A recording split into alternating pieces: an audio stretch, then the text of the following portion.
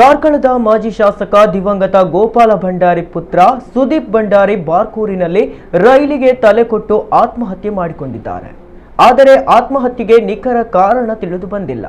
ಹೆಬ್ರಿ ತಾಲೂಕು ನಿವಾಸಿಯಾಗಿರುವ ಸುದೀಪ್ ಆರ್ಥಿಕ ಮುಗ್ಗಟ್ಟಿನಿಂದ ಬಳಲುತ್ತಿದ್ದು, ಇದೇ ಕಾರಣಕ್ಕೆ ಆತ್ಮಹತ್ಯೆ ಮಾಡಿಕೊಂಡಿರುವ ಸಾಧ್ಯತೆ ಇದೆ ಎನ್ನಲಾಗಿದೆ. ಬ್ರಹ್ಮಾವರ ಠಾಣೆಯಲ್ಲಿ ಈ ಬಗ್ಗೆ ಪ್ರಕರಣ ದಾಖಲಾಗಿದೆ.